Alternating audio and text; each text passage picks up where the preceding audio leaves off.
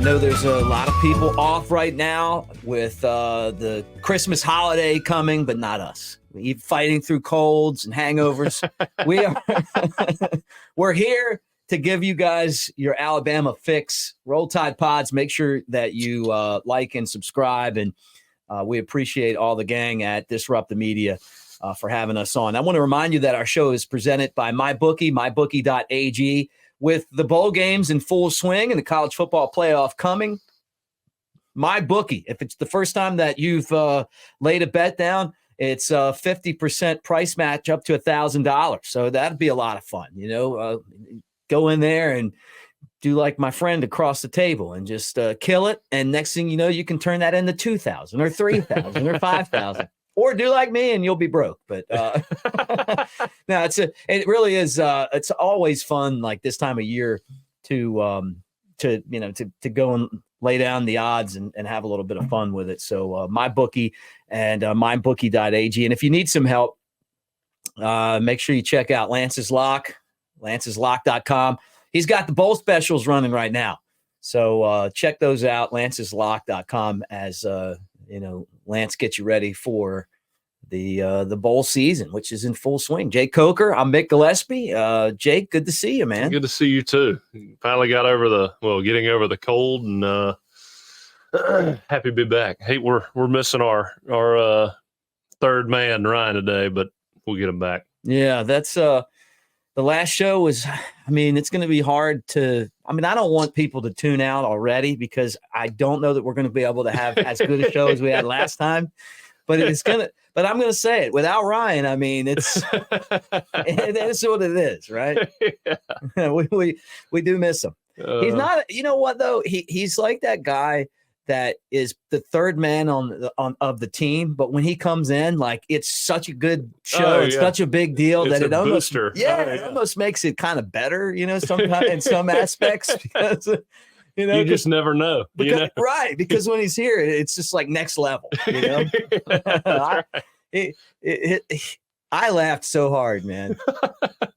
It's like, I say I'm not going to drag any quarterbacks, and he goes, shit, I'll drag them. I'm a super fan now. I don't care. Yeah, I love that. I tweeted out, I don't know if you saw it. I tweeted out 3 super fans talking about football. It was because of that comment. That's what I miss the most about football. It's not even the play in the game. It's just hanging out with Ryan and old teammates that just kind of, it's like a podcast all the time. Yeah. You're just hanging out and firing away. It's, say whatever you want and have a good time with it. And I think that's what everybody misses. That's what they're missing when they stop playing, Yeah. Well, today was National Signing Day. Alabama with another just amazing class. They signed 23 players in the early signing period. Yep. They had a couple guys flip from other programs to the Crimson Tide. It's honestly, man, and I think when you signed, it was still back in February, right? Yeah, it was like the first Wednesday in February. Yeah, this early year. Saban talked about the early signing period and kind of how it's not. I can tell he doesn't like it. I don't like it either, because in February you have it, and the coaches have more time to get into it. Alabama's preparing for Michigan in the college football playoff, and then the guys like busting it out to recruit and then doing this. So it really is tough, the timing of it. And I liked it in February too, because I used to take off of work and watch. Yeah. Since Saban got there, it wasn't like the Shula days where you lost. You always win. It was like a championship every February. I just don't get it. It's hard to get fired up over signing day anymore because, you might sign a guy this year, but he could be gone next year. And, you're starting from scratch again on the next recruiting class. Especially these smaller schools, man, you win one big recruit and he has a good first year and he's out of there. He's going to, Alabama, Auburn, somewhere else. I miss those days when you got somebody, you had somebody. Yeah, me too. But that's the tough part about the business as a whole too, is, you just don't know how long any of this is going to last. And if you're Alabama and you're at a disadvantage bringing in some of these guys because you're going to develop them better than they're going to be developed anywhere else, which you and I have talked about, you know, and then they're going to go somewhere else. Yeah. Well, I mean, you know, I think those guys that are willing to develop and stick around and you know, truly buy in, I don't think those guys will really look to transfer. I mean, you know, sometimes I think the guys that transfer after 1 year are kind of guys you probably need to push out anyway. Really? You know, guys that just aren't going to make it, aren't going to buy in. Or aren't good enough. Yeah, I mean, even when, you know, signing day back in the day, hell, there was a bunch of guys that were, some of those guys that were, you know, had 5 hats on the table and, you know, making a show of which team they were going to. Heck, a lot of them didn't even turn out, you know? Right. So you just never know. How was yours? What'd you do? How did you do it? Did you have 5 hats? And I was committed in August and there was no surprise. No, you didn't do like, I was watching Dre Kirkpatrick Jr.'s thing and he had like the Missouri outfit on and then took it off. The craziest one is the Landon Collins one, the one that everybody remembers. Yeah. You know, that's a tough deal. I kind of had the same thing. I mean, it was no surprise because I was committed to Florida State the whole time. And there was a moment in time where I was thinking about visiting Alabama. And my mom wanted Florida State. My dad didn't want Alabama, but he was like, at least go check it out and look at it. Go give it a look. Yeah. And my thing was when I commit, I'm committed. I'm going to this school. And there's a long story that goes into this, and I might share that one day. But you know, ended up going to Florida State. I was committed. I felt comfortable in that decision, but a lot happened between my commitment and actually signing, and so there was a time where I was thinking Alabama. Really? So what? Like, how does the whole thing work? Like, I'm assuming that it's like when you're being rushed by a fraternity and then you got like more than one and there's just a lot of pressure, you know, like people coming from, it's like, you know, you have like this, you know, guys you're friends with from this house and this one and this one. And it's like, you feel like, you know, you feel bad because you're not going to end up at all of them except one. Yeah. But I'm sure it's even different level because I used to get annoyed by guys who are committed to schools and then flip. Mm-hmm. And then when I went through it, I mean, for instance, when I committed to Florida State, you know, I was told that Florida State was going to take one quarterback, and if somebody else committed, then I'd lose my spot, I'd lose my scholarship. And that was like a week after I went to the camp. Jimbo offered me at the camp, told me that they were taking one quarterback. And so again, if somebody accepted an offer from Florida State, then I lost my offer. Right. And so I talked to my family and they were like, I mean, that's between Alabama and Florida State as a quarterback, you know, well, as a quarterback, Florida State's probably the best school in Jimbo. You know, Alabama's the only other offer that I would really consider outside of Florida State. And Alabama at that time wasn't recruiting me very hard. And so I went ahead and committed to Florida State. And then after I committed to Florida State, you know, periodically Coach Pruitt would check in and then all of a sudden, I guess about 4 months before February, got a call from Florida State. They said they were taking 2 quarterbacks. And I was like, well, I mean, look, I have no problem with that at all. But the only problem I have with it is that you know, I was told that you're taking 1 when I committed, and then now you're telling me 2, and I shut down all of recruiting because of that, you know? And so I talked to Alabama a bunch and started talking about taking a visit there. And then, I guess closer to the time of signing day, Florida State let me know they're just going to take 1. And I said, okay, well then fine. I'm sticking to it and I'm coming.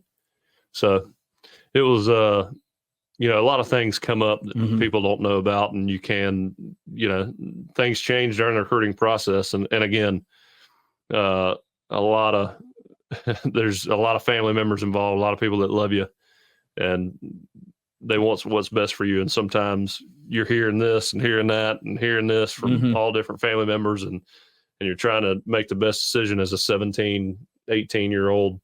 And I mean, it was, when I signed that dotted line, I was so happy that all of that was over and I could put it behind me. Right. I mean, it was just a very, very frustrating process. I mean, it was great. It was a blessing, you know, but again, I was glad that we could all kind of relax and we had the plan laid out, and that was it. And then I went to Alabama 3 years later. Yeah, right. Yeah. Yeah. Your mom and dad were both right. Yeah. I mean, you know, it's one of those things, especially now, you know, you look at it and it's, had we known more about the recruiting process, who knows what would have happened. But I mean, we were just shooting from the hip.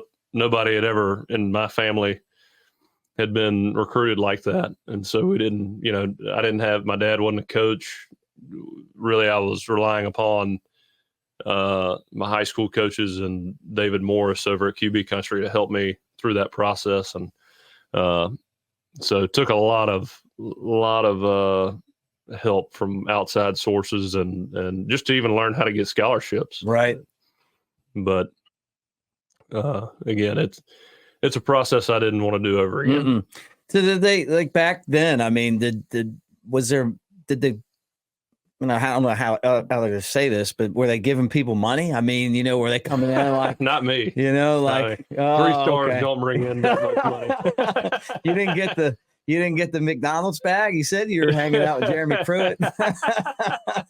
I like Jeremy Pruitt, but I would have loved to have had that McDonald's bag. I love Jeremy. I love Damian Craig. Love Jeremy. I can't wait until he's back. I mean, you know, he's got to sit out for a while. No, yeah. But none of that going on. You know, not for me at least. But when you sit back and you look at it and you see how chaotic it is for coaches, wouldn't you be pissed players, though if your teammate got the McDonald's bag and you didn't? I don't know. Depends on how many touchdowns he had. Yeah, a great point. That's a great point. Yeah. Hey, if he's blocking up front, yeah, give him that bag, right? Oh yeah. Now, if I was a D lineman and I watched a quarterback come in as a true freshman that hadn't done a damn thing on the field and make $100,000, I'd be like, I've been busting my ass every day. You know, right. You paying this guy to just show up? They've got such an issue right now on their hands. Yeah. I mean, I don't know how they're going to fix all of this because I don't either. I've seen a few coaches come out and mention the whole restructuring of the entire system. And Will Wade said a lot of stuff about the NCAA. They might as well just throw them out. I mean, they have no ground to stand on anymore. I don't even know why they're around.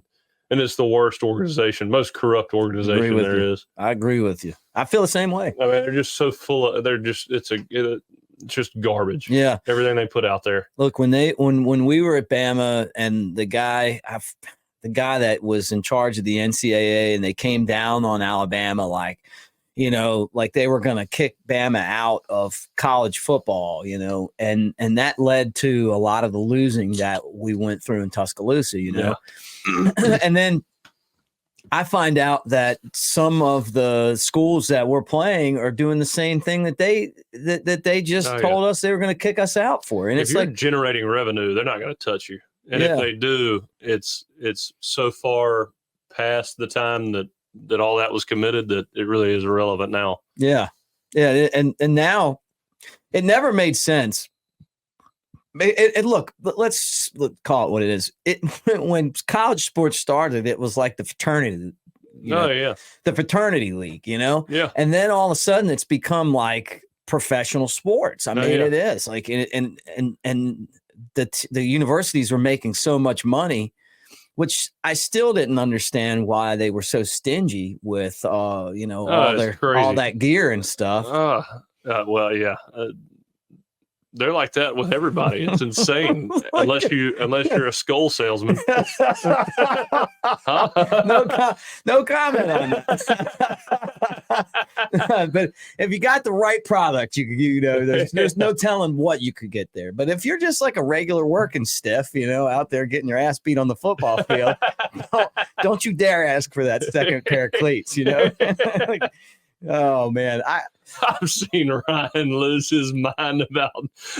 I have to ask him about this next time, but I've seen him lose his mind on asking for an extra shirt. Yeah, and they not give it to him. Yeah, he just loses his mind on Jeff Springer. The thing about it is, like, you walk into that stadium, and they're generating millions and millions and millions of dollars. And I mean, I'm sure Nike probably gives them a lot of that stuff for free for being part of that. You know, they probably are like, hey, you pay this, but you get this. Well, I think they're paid by Nike to wear that stuff. They are. Well, then guess what? They have enough shirts to give everybody. Yeah. That's playing on the team anyway, you know? Oh, yeah, for sure. I mean, yeah. Not salesman, marketing guy. Oh, man. It's so funny. Like, just watching signing day and the drama. And then now it's like, you know, you could sign and then next week you could leave, you know? Hey, I'm transferring, you know? Yeah. Get your free car and your free, you know, your 40. Yeah, because I don't think there's any regulation on how you execute your appearances or, you know, any of that. None of that's really regulated, I don't believe. Well, when Jimbo got so pissed off at Nick Saban, he mistakenly thought that rant that Saban was giving was about him. And it wasn't. It was about the system. And it was basically, you remember, he was saying that we better get some money here because the game's changed. Oh, yeah. Jimbo totally misread that. Like, because I didn't look at that and think, well, Nick Saban said he bought all those guys. Well, yeah, but it was legal to do that, even though it's not supposed to be what we're doing. That's what we're doing. Okay. And if you want to play the game and you don't have the best coach of all time coaching you, the way that you do it is you just buy people. Yeah. Yeah. And as you know, again, if I'm Jimbo, I'm saying, I'm at a great institution that supports their football team, and we do whatever it takes to get these guys here. You know, I mean, it's that simple. He wasn't cheating, but I think Jimbo took that as a shot at his efforts in recruiting and, you know, kind of downplaying the hard work he put into getting these guys. But I didn't hear that in what Saban was saying. I heard Saban basically saying, I heard a little bit of it. Did you? I felt like it was, hey, you better get your wallets out, Alabama boosters and fans, because we're going to need some money. Now, Lane, on the other hand, I heard a lot. Well, Lane said the same thing. He's just not Nick Saban. Yeah. That's right. And then I don't know how he thinks that Lane thinks he's getting the Bama job when Saban leaves. And he's probably looking around and he's like, all right, who's the best of the Saban assistants? And he's like, okay, Kirby. But he's not leaving Georgia, you wouldn't think, unless he takes the Falcons job. Say, unless he goes to Atlanta. A lot of guys right now. And maybe he goes to Atlanta and doesn't like it. And then I know the perfect place for him to come back to. Oh, man. If you could say the guy, like we're like, oh, it's this guy or it's that guy. Look, if he doesn't like the NFL, come on, baby. That would be wild. That would be unbelievable. Yeah, that would be the perfect guy because. But why would he leave Georgia? You know, that's where he graduated. I think he's just sick of the crap like today. Yeah, like you're supposed to be preparing for Florida State in a bowl game. Yeah, but you're dealing with early signing period, which turned into regular signing period. Oh yeah, right? No, college has turned. I mean the college coaching job has become a nightmare. I mean, who would want to do that right now? Right. Your quarterback's like, I might transfer. Oh yeah. I've got to pay this guy $4 million to stay. And then, oh yeah, I'm dealing with transfers and, you're hard on guys and they're leaving and it takes up all your time. And why not give it a try in the NFL? I mean, Saban did it. Yep. And I think that, honestly, the Falcons would be the perfect job for Kirby to just get that little bit more of experience before he comes back to Tuscaloosa. So you're saying it's not going to work out? Yeah, I'm just saying go there and do it. And when you don't like that, we'll be ready to bring you in. I would love that. Kirby's one of my favorite coaches I've ever been around. Also, I mean, he's just he works his ass off, and he's just a good dude. Yeah. I'd love to see him back in Tuscaloosa. That would be, I'd say, him or I don't know how it'd work out, but I'd love to see him try. But I'd love to see Freddie Kitchens back in Tuscaloosa too. Yeah, Freddie was a quarterback in my first ever Bama game. Really? Which game was that? Yeah, the '96 Iron Bowl. Oh yeah. Kitchens to Riddle. Is that 6? I was about to say that's the one we won by. But which one was 24-23. And Daniel Moore didn't do that print. My sister gave it to me. It's the only one that I have that's not a Daniel Moore print. And but that I was had in to have the Birmingham, print. right? Yeah. It's actually a pretty good print, But Danny kills him, man. Did you see the Gravedigger print? It's perfect. Yeah, I saw some of that. Yeah, it looks just, and I said it on my post game show. I'm like, it's got to be almost the exact print that he did for the blackout in Georgia with John Parker Wilson throwing to Julio. Yeah. I always forget that game ended up being like a 10-point game at the end. They scored some points. Yeah, I was at your game there in the both of those games in Georgia. I love Athens, man. It's a cool town. We didn't get to see much of it. I can't remember where we stayed the night before, but we drove in and there was there's nothing around that campus. At least we didn't see anything. And then we just rolled up kind of to the stadium. And I don't remember much being around the stadium either. Oh, we should do when Alabama plays there. We should go do a show there. I was just locked into all the fans flipping us off. And, and cussing us. I got barked at, and I could talk about that place, but I loved it. Like, there's a lot of cool bars there and stuff. Yeah, like, I need to go there. I've never been. It's a good scene, and we've won there. Which really Nick Saban's won everywhere. Yeah, which is crazy. I was doing a show the other day, and I said, talking about Saban, and I was off a championship. Like, I don't even know how. I have them all on the wall here, but I just miscounted. And then somebody messaged me oh, 7.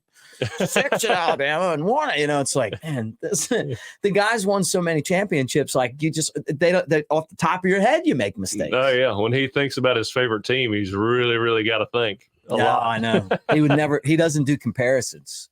That's what he says. I think I'm going to try to. Man, I bet his favorite team. Tua has got to be his favorite player.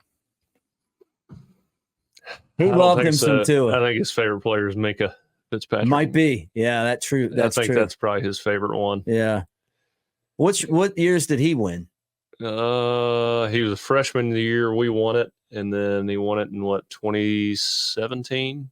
Okay. Because we lost Clemson the year after, then we beat Georgia, I think, in 17. So 17 might be his favorite team then, because he had Tua and Minka on that team. Yeah, that's right. If I was handicapping it, not to say that, I know you're at the top two. So it's like you and think about the group of people that you get to seriously that you're in company with. It's a pretty prestigious group. You can talk about Tua championship. Even going back to what Joe Namath win one? Did Snake Stabler win one? You talk. Yeah, some serious imposter syndrome for sure. No way. No, but no, dude. Lyle Kane had a ball with all the previous national champion quarterbacks on there. I may have already mentioned that on this podcast, but I remember seeing those names holy shit. How much is that worth? I can't imagine. He's probably not happy. I'm telling everybody that he's got a ball like that. Yeah, somebody's like, all right, where does he live again? I saw there was a running back that sold all his national championship rings on Pawn Stars for $40,000, and they aren't even real rings. They're fake ones? They're not. They have they're probably $500 in true value. Oh yeah, right, yeah. Oh, you mean, but they were his rings? Yeah. Well, but the value isn't the stones and the. Oh yeah. The value's that it's a championship ring. Yeah. And to have your name on the side of a ring is pretty amazing. like it's and when you're the quarterback of the team, that's even crazier. I mean, nobody touches the ball more than you. It'd be like being the star pitcher on a championship team in baseball or something. Yeah, I guess insurance and podcasting goes south. I'll be pawning those babies off. That would be a hell of a show. That'd be a hell of a show. Which you want to go to Vegas? That would be. Can you imagine if you rolled in there and you got the case? They come in, the little case. Does yours have the it lights up? It has like the window on it. Yeah. And you're like, okay, I got this, and then you slide it across. Like doing this. Bring in an expert, and then all of a sudden from behind the counter, here I come. That is so funny. Yeah, I got two of those. I got two. They got a Florida State box, same way.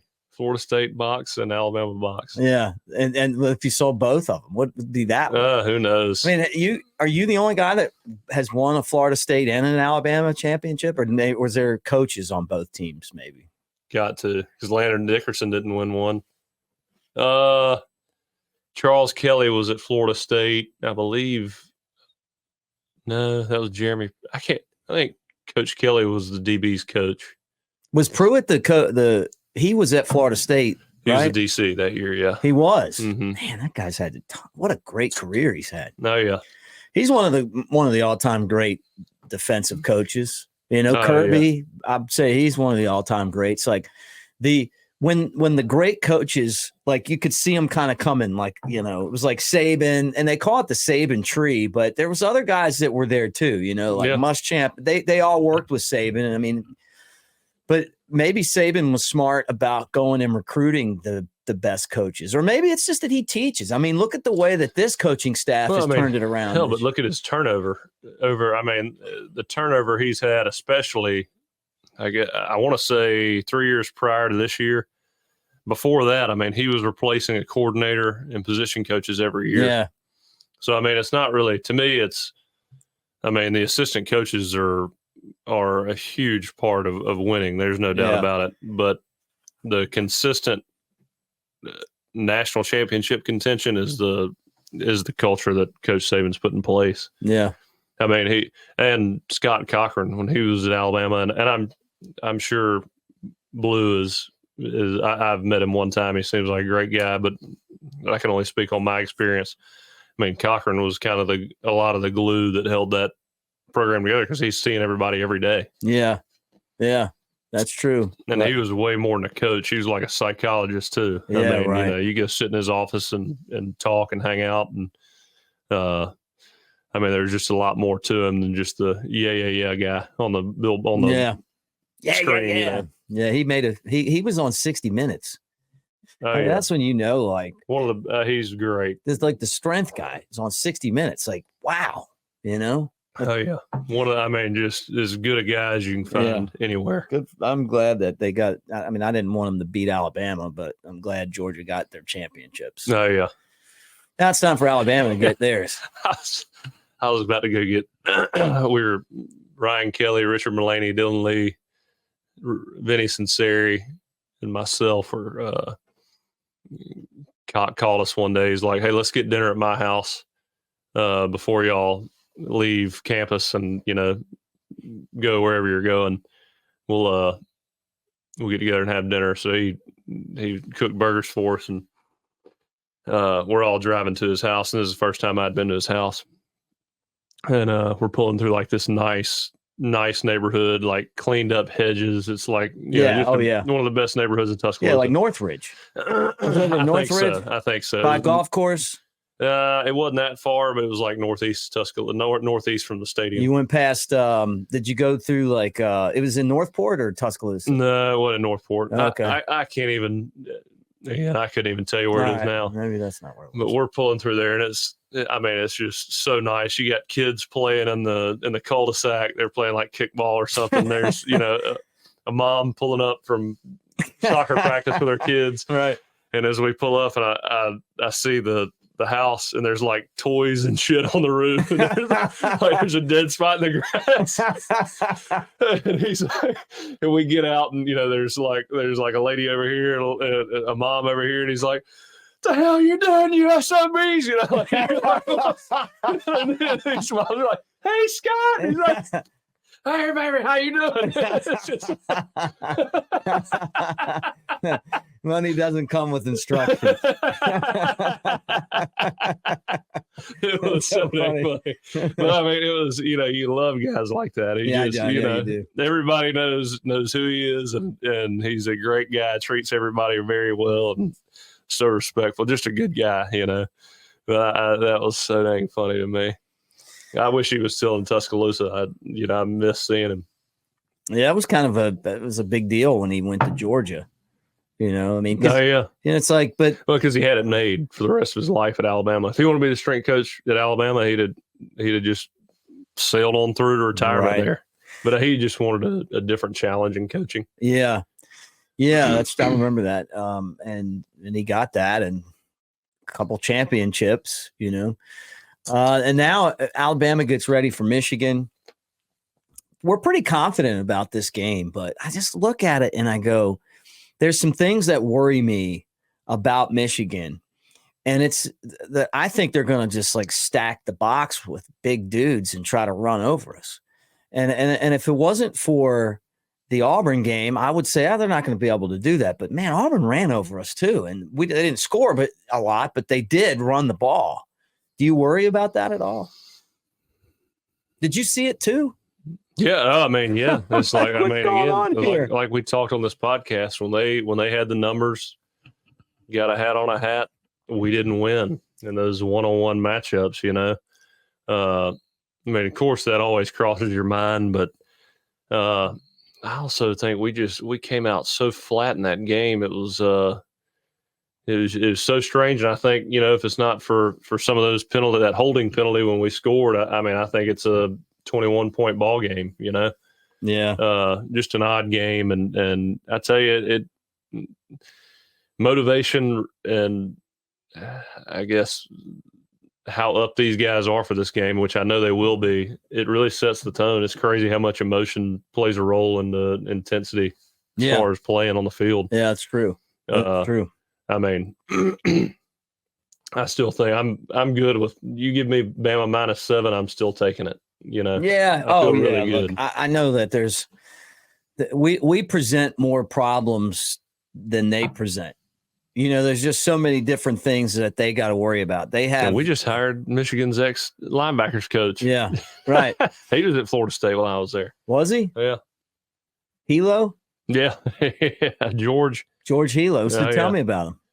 I don't know much about him. I knew he was he was on the defensive side with Coach Pruitt, and he was all about business. He was pretty intense guy. I didn't see him much outside of the facility, but seemed like a good guy. You didn't run into him at Florida State's version of Innisfree.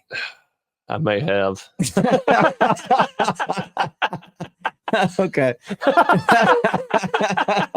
What is Florida State's version of Innisfree? What are the bars there? I don't know if they're. I don't know if tough questions. They're pretty. Florida State's a different ball game than Tuscaloosa. I mean, that place you got a lot of South Florida culture coming up to the Panhandle. So they like the clubs then. Yeah. There's a lot of wild, disco type stuff. And, there was one. Ken's was my favorite spot. It was kind of like the country bar, and then there was one downstairs. I can't remember what it was called, but we used to get in there and have a good time. Knew everybody and had fun. Right. And they need like a rounders where it's like the bottom floors. You're I don't know, like kind of like there's a new one. There was a new one put in when I left called Recess, and it had a pool upstairs. That the reunion I was supposed to have the week before Thanksgiving, I got a Snapchat of one of my old teammates jumping in that pool about 12:30. That's pretty funny.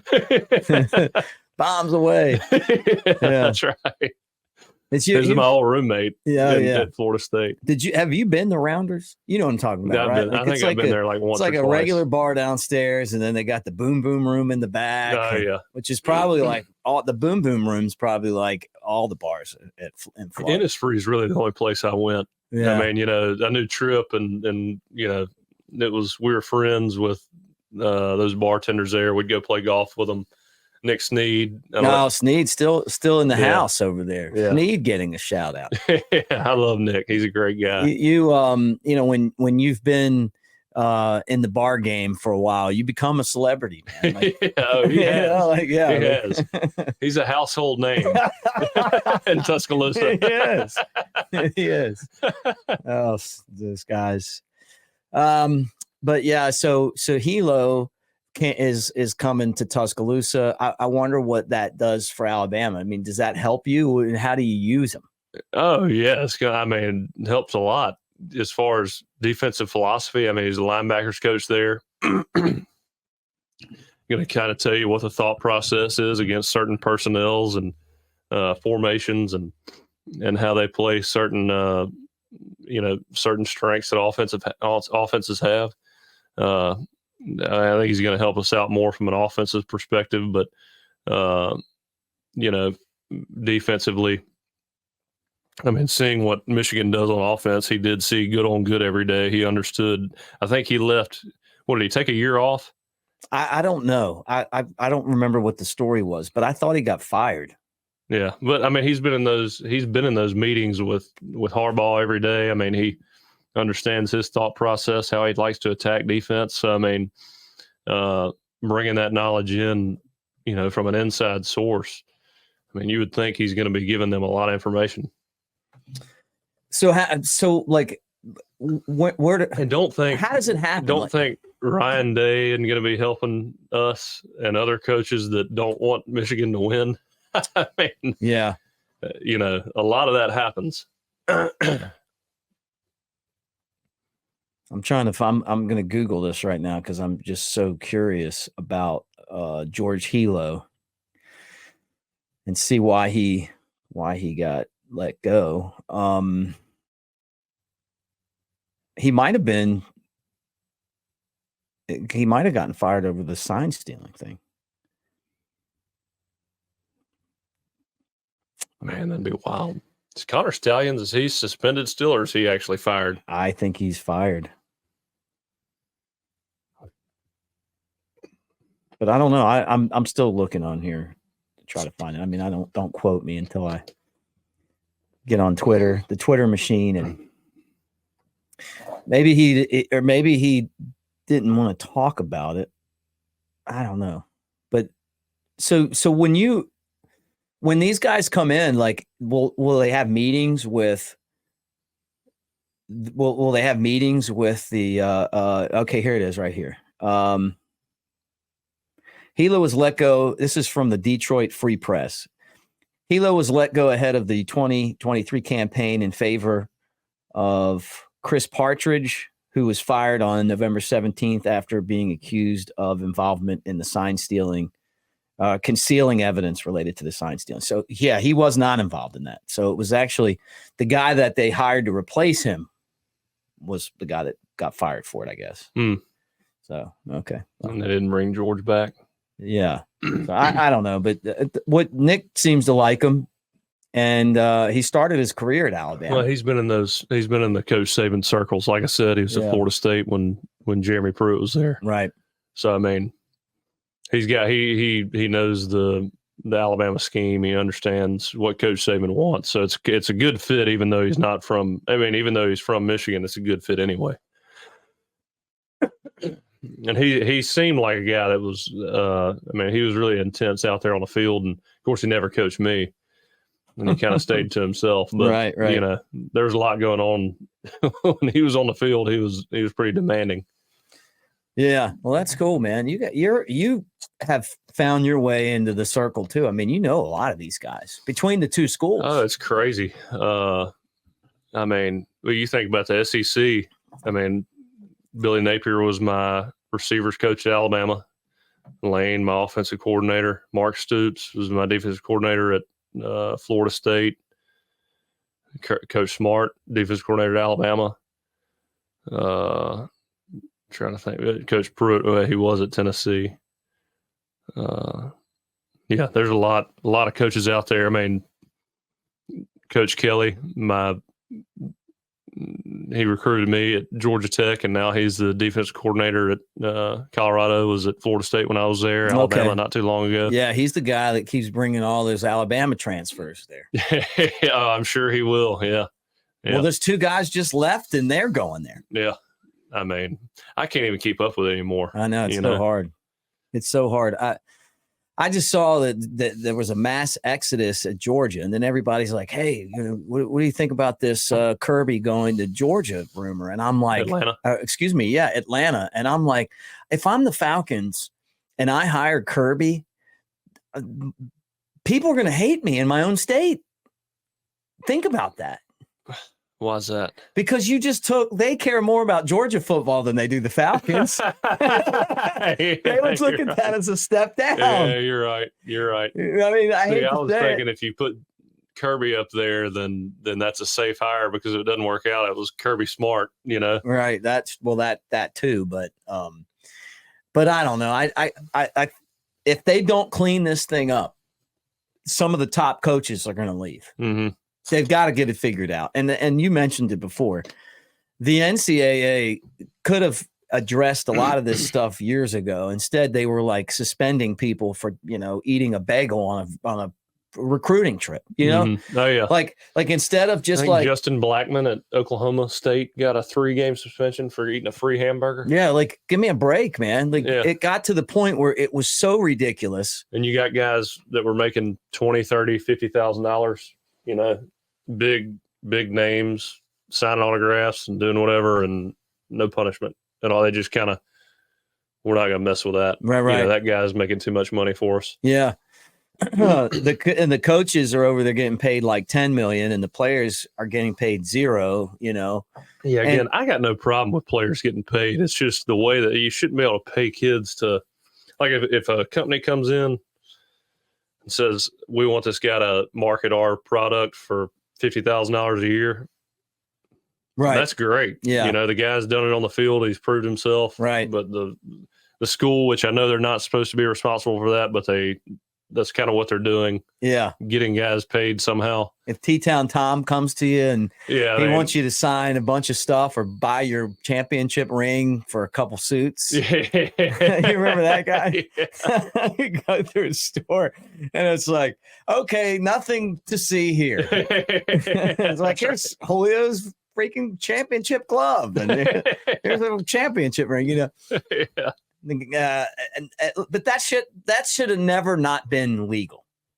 Yeah, no, that's right. I mean, especially, a free beer, a free burger, a free, that's insane. Yeah, right. That's part of the college experience, Yeah. Let the guys have one thing. Did you, what was it like when you got to sign stuff, after you and get paid for it? Oh, it was awesome. That's when I realized how much money you could make. If you could do that while you were playing, you could have made so much money just signing autographs after every home game. You sit up for an hour and a half. The amount of money that you could have made would have been just astronomical for college, college guy. I worked with a guy once, and his autograph was like, he'd sign something, and all of a sudden now that whatever he signs worth something like couple $100. Yeah. Put a little of this HOF next to it.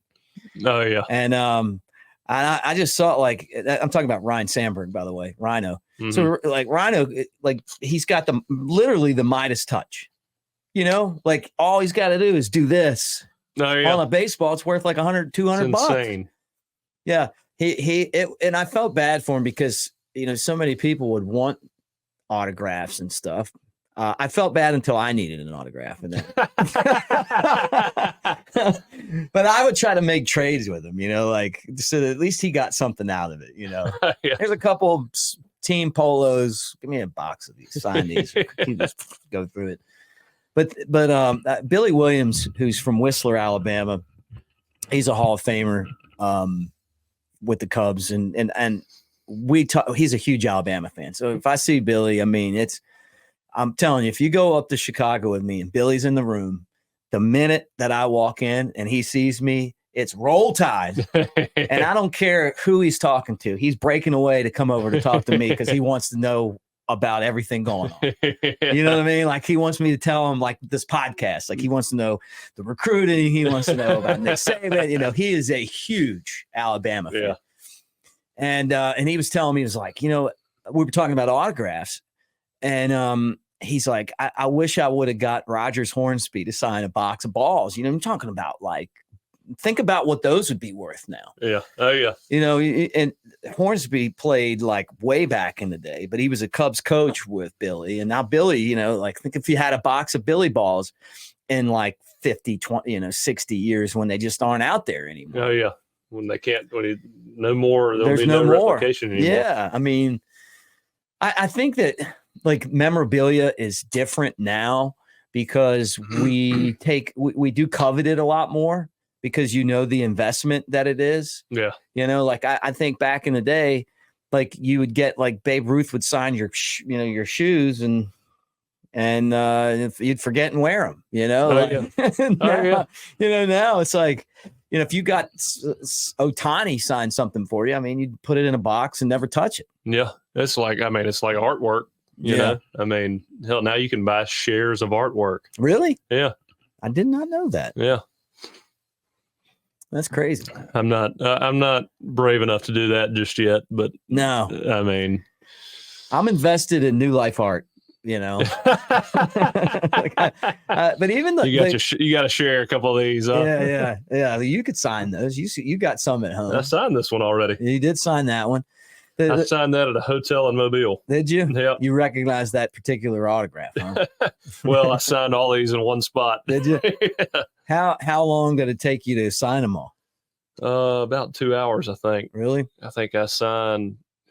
How many did you sign? I signed 400 of these, and then there were some other prints. So I probably signed about 1,000 of them. It's pretty funny, like that your autograph was in here before you even ever walked in here. Yeah, I mean, think about it. Like that is crazy to think about. I've got Mike Johnson's autograph, and same thing. Like like he signed his before I knew him. Yeah. Oh yeah. That's weird, isn't it? Yeah. The one, I'm not a huge autograph guy, but I mean, I would take them if I could, like I love Hall of Fame baseball autographs, but I've told you this before, that statue that Daniel Moore did of Kenyon Drake, I want to get him to sign that. Oh, we could make that happen. That thing is so cool, man. And I was at that game. That's a different type of piece. Yeah, right. Like that. I wish they did more of those, and I don't know how they sold or didn't sell or whatever, but it's just cool. Like, and I was so afraid they were going to call that a fumble. Yeah, I told you we were sitting right up there. I never worried about it ever. I had a bird's eye view before I got pummeled by Darren Huber and Mike Johnson celebrating. Buried by big guys pounding you. I thought, I'm never sitting with these guys again. It was terrible. That group of and guys. You guys kept scoring. I think Nick Gentry played with them too. Yeah.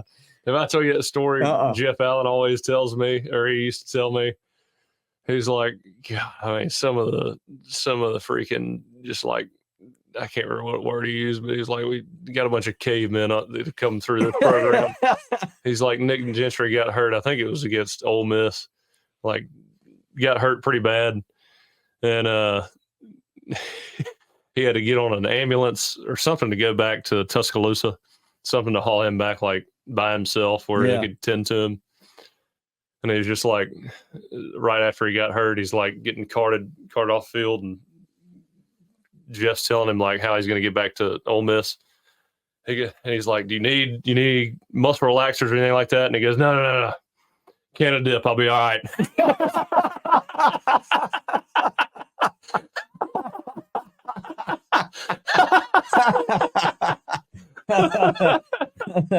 In college, I could have helped him with that. I always thought that was so funny. Yeah, that is hilarious, man. They're tough dudes, man. They who would have thought that like 2007, Nick Saban gets to Tuscaloosa. I thought beating Tennessee that year was just the season, man. Love that. It was awesome, right? Isn't it crazy how we've come from let's just beat Tennessee or Auburn, and we're good. Yeah, to we got to at least be in the national championship. I mean, the standards, that tells you all you need to know about where we've gone. Well, it's like if Alabama wins the national championship, Gravedigger is going to be might be the biggest moment ever. Yeah. I mean, don't get me wrong, 2nd and 26 is pretty big. That was hard to beat. But Gravedigger kind of beat that in a different way if you win it all. And so you could debate that. Yeah, I don't know. The problem with the Gravedigger is that we should have beat Auburn by a lot. Yeah, I know, but still. Don't come in here talking common sense. I thought we were going to kill him. People got mad at me on the chat because I just did not see us playing like that. And honestly, I made a screen grab of something. Let's see if I can pull it up here. Because there's an issue that I have, and I'm going to, hopefully I can find where it, that I'm not saying that game or not. I'm just saying in general that if I can find this, you'll see what I'm talking about. Here it is. Ex-NFL executive Dean Blandino says officials have been approached to influence games. It's right there. I made a screenshot of that and in the story because some of the officiating in that Tennessee game last year, that stinks to me. Yeah, it stinks. The Auburn game, the officiating, are they really that bad? And if the NFL has issues with that, well, college football is just as big. And instead of having like professionals, you got guys who are like, they do other jobs during the week and they go officiate games on the weekend. Oh yeah. You telling me that the same that they're not being pushed to influence games? Ever since I saw that, who was the NBA ref? Yeah, Dockery or whatever. I can't remember. Walter or something. Is it? Anyway, he got caught like 10 years ago. But yeah, I watched that 30 for 30 on him, and ever since then, I don't trust referee. Well, NBA to me has got to be the worst. I mean, because basketball you can call whatever you want, pretty much. But yeah, you'd be hard pressed. Tim Donaghy. Donaghy, yeah. Donaghy. But you're telling me he's the only one? He says in the documentary that there was a lot more doing it. Well, of course. You can watch the games and tell. I mean, you would go back and watch that Tennessee tape. It stinks. Bryce gets hit. One guy comes in. Oh, that was ridiculous. First, hits him and then throws him into another guy, and he looks like a just rag doll. Yeah, like a rag doll. They send you out a list of stuff that you can't do. You can't even breathe on a quarterback. But that particular game, it wasn't even a 15-yard penalty. The guy could have been kicked out for targeting. Oh yeah. Then the pass interference on the interception by Kool-Aid from the opposite side of the field. It's that to me was where I was like, Alabama could not cover the spread at that point. Forget about winning or losing. Yeah. They're going the other way. Tennessee's defense was awful. So Bama would have scored another touchdown. Oh, yeah.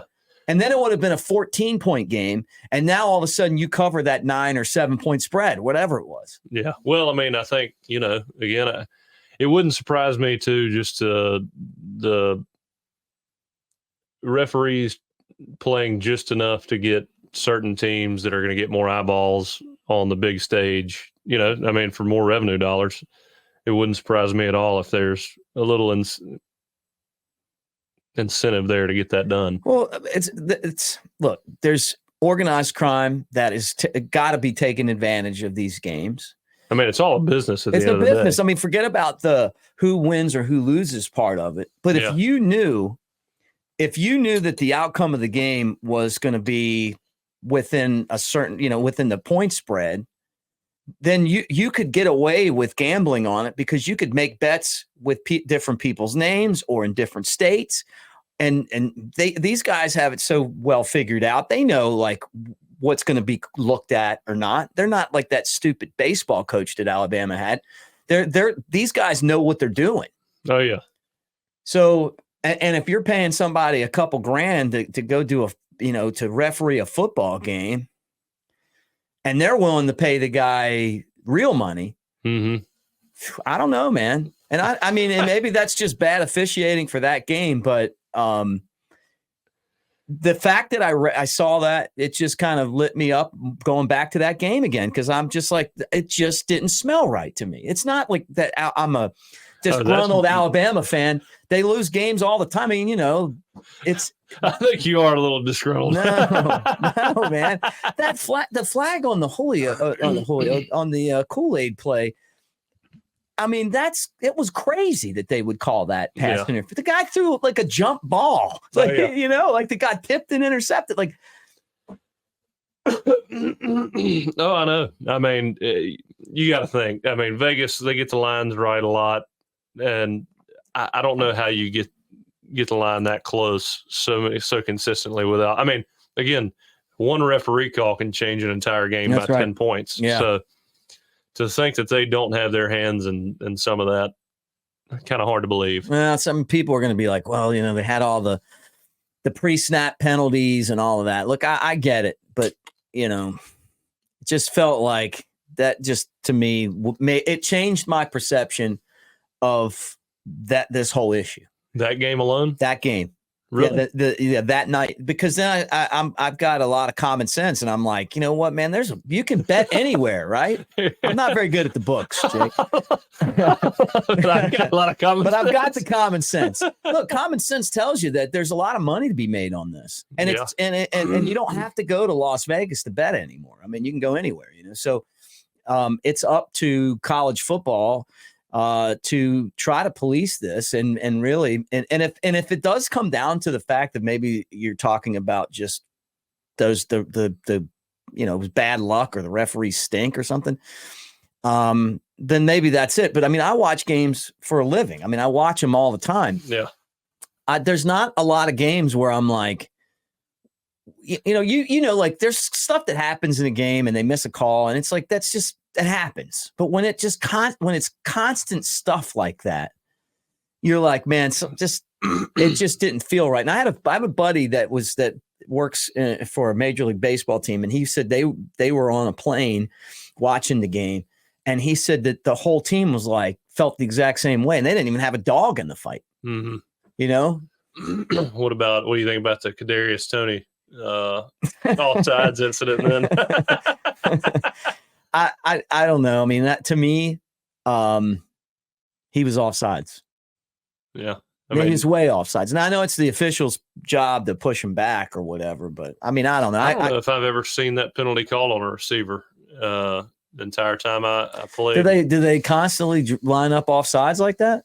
I mean, I always remember guys just he was saying, like a foot ahead. He was like a foot past the line. Yeah. Like 2 yards, it looked like. Mm-hmm.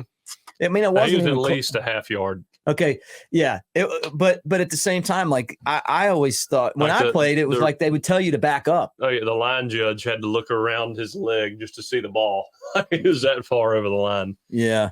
But yeah, it's one of those deals though. That's one you got to warn somebody about before you throw the flag. So you basically on that, and I didn't, you played a lot more than me.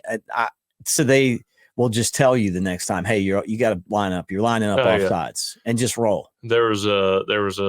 I mean, we used to run the RPOs all the time, and there was a play against Wisconsin where the look was a run look, but as soon as I snapped the ball and showed that I was handing it to Derek, I just saw, a big hole opened up for OJ, and I just threw it in there, and he picked up the first down, and Ryan Kelly looked back at me like, what the hell just happened? I was like, I threw the ball, and the ref walks up to Ryan and goes, what the hell are you doing? He goes, you're like 8 yards down the field.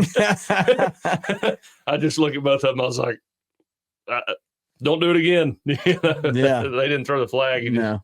He's like, you can't do that anymore. And I mean, he didn't do it anymore when you get a flag. But Right. I wonder how they decide. Like, I guess you're supposed.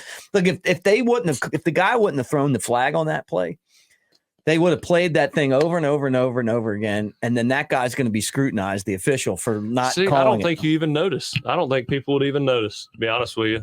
You think it would just it's one of those things you might be right. I mean, because you see a lot of guys lined up in the neutral zone here and there, and you really don't say much about it. I mean, you kind of throw your hands up for a second, and then you forget about it. But yeah. Had that not been a game-winning touchdown called back, I also don't think you'd hear much about it either. Would have been one of the best plays of the season. Oh, yeah. The pass by Kelsey. Oh, man. And then Mahomes being so angry. It was good stuff. Yeah, it was. So we're getting closer to the Rose Bowl, which is nice. And you said that to me when I first saw you. When is the first real bowl? You telling me that the Marshall against San Antonio bowl game wasn't real? Yep. Let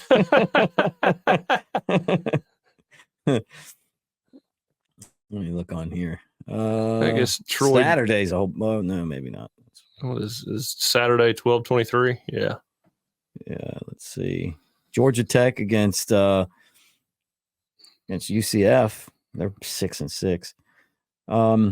Saturday you got a bunch of games. The Birmingham Bowl. The next round guys have been promoting that. Troy against Duke. I'll watch that one. Yeah, for sure. I was kind of hoping that Auburn would have been in that game. Can you imagine the Troy Auburn bowl game? That would have been pretty awesome. Yeah, I mean, we were thinking Jacksonville State, but Troy Auburn would have been awesome. It's just I can't wait till the 12-team playoff now, just because guys won't opt out. I hate all these Florida State guys are opting out of this bowl game. Are they? Yeah, I mean, I can't stand it. I hear the excuses. I hear the excuses. Oh yeah, because I hate to tell you this, but Georgia's losing a lot of guys too. I don't know if they've already entered the transfer portal and they're not playing. I don't know how that works. Yeah, it sucks, dude. When I was a kid, these games were amazing. You couldn't wait for the bowl game. I liked it. Yeah, I mean, back when the BCS was around, I mean, again, those games there's guys were excited to win those games. I saw where Talia, his brother, opted out, and I'm like, what are you opting out for, man? Yeah. What are you doing? I mean, even I hate to see Jaden Daniels do it. Yeah, but I mean, he did win the Heisman, and he's also going to be like, is Tua's brother going to get drafted? But if he doesn't go to LSU, I mean, did anybody really know? Did anybody really know who Jaden Daniels was before he got to LSU? Hey, no. I know what you're saying, and you're exactly right. And the thing about it is, we're so lucky that we've got Nick Saban as our head coach, because last year in the Sugar Bowl, if it was anybody else, those guys all would have opted out. Bryce Young would have been the first guy out the door. Can you believe he played in the damn game? It was amazing. No, yeah. It was it was the perfect send-off. Beat them great. 60-0 or something like 57-6. It's crazy. And Will Anderson too. I know. I mean, they. I think that set them up for. I mean, it was a perfect way to carry on the tradition and culture of Coach Saban's program. Yeah, right. That did as much.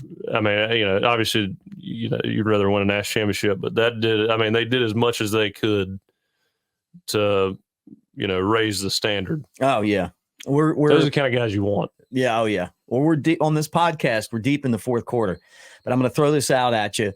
Lance Taylor, our friend, obviously from the next round, he seems to think that Nick Saban's retiring at the end of the year. I had Chris Lowe on my podcast. Don't take the Sunday. odds on that one. Well, don't bet on that one. I asked him, and he knows Coach Saban as well as anybody, and it was like all these reasons that he would stay. But then the thing he said at the end of it that made me think that maybe, I mean, there's always a possibility when you're 72. But Chris said at the last thing he said on it, he said, but Coach Saban told me one time that he doesn't want to retire so late in his life that he can't go and do the things that he wants to do because of his health, right? Mm-hmm. And travel. He's got car dealerships. I guess he likes cars. He's obviously talking about like he's got the lake house and the beach house and stuff. So I don't know. I mean, I think if I was giving it my percentage, I think that I'm at least 75% sure he's coming back. I mean, I think fair is 25%. I'd give it more than that. So what do you think? I think 90. If he loses, I think it's more than that. Right. If he beats Texas for the national championship, I give it 90. So you got Alabama and Texas in the national championship. You're not giving Washington a chance. No, I'm not. I think that Washington could upset them. I think they could. I think there's about a 35% chance if we're going with percentages here. Well, Texas has a bad pass defense. They get after the quarterback, but they give up. And Michael Penix is going to be like the guy that you played against in the national championship game. In that he's going to run around and make plays. Their defense isn't very good. Texas will score too, but I just think that Washington could turn it into the type of game they need, and that's like Oklahoma did, like where you basically throw over top of those guys. Yeah, I mean, it'll be like the defenses they've played all year, except they're more physical up front, right? And get more pressure on him.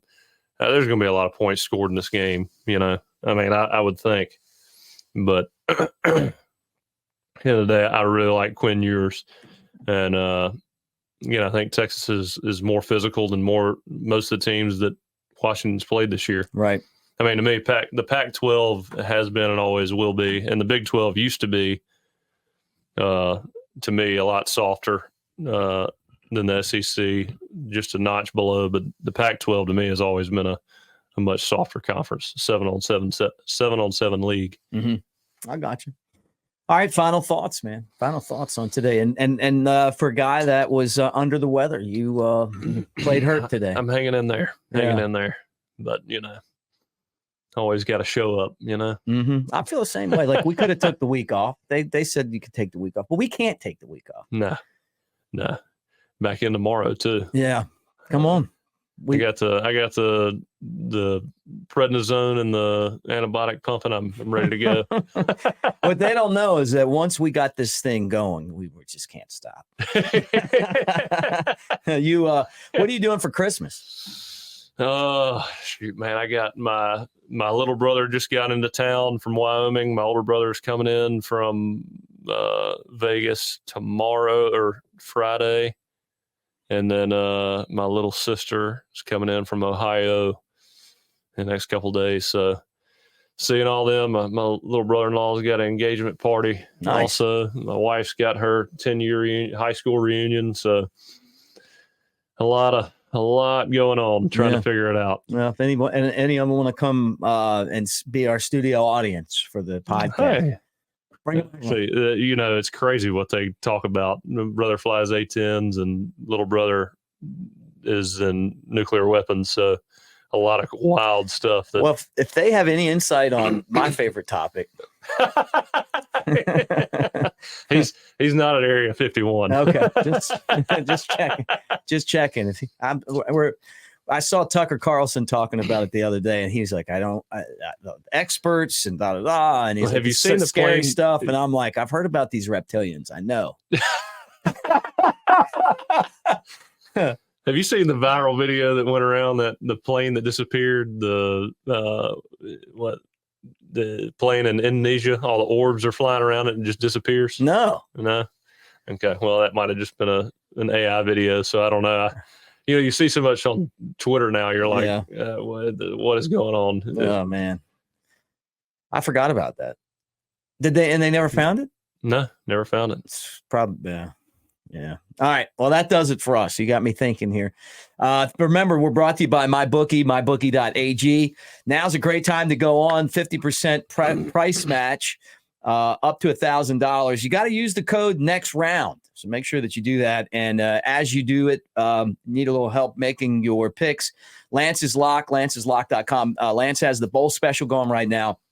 And a lot of fun matchups. You don't know who's playing in these games anymore, but we still like the uniforms. All right, for Jake Coker, I'm Mick Gillispie. Thanks for hanging out with us, guys, and Roll Tide.